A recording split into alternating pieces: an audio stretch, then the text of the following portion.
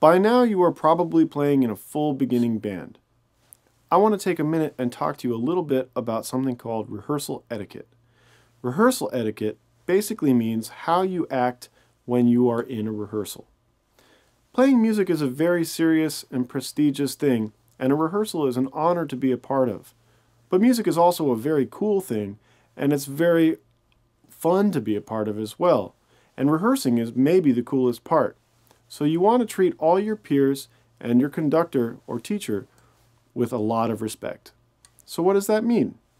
That means, number one, be on time. I had a teacher once tell me that being on time is being late, and being early is being on time. And what that means is you want to be ready to go before any rehearsal starts. Well, what does ready to go mean? Ready to go means you have all of your stuff. You have your trumpet, your mouthpiece, your music, your pencil, anything that you might need for a rehearsal, ready and out and put together and ready to go by the time the rehearsal starts. Another thing that you want to be sure that you do before the rehearsal starts is warm up.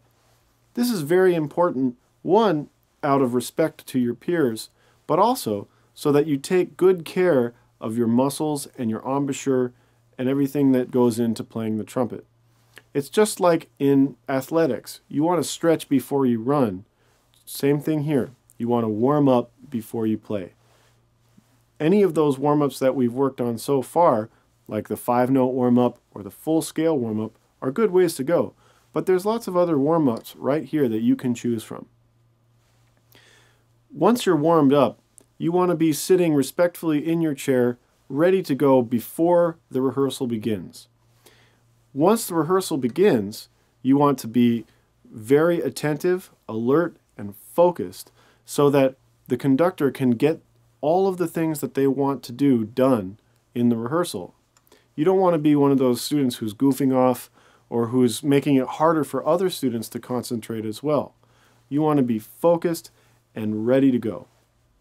You also need to make sure that you have a pencil ready at all times, because if somebody gives you instructions, you need to be able to write them down on your music so you can remember them in the future. It's not enough to just put it in your mind. You've got to write it on the music.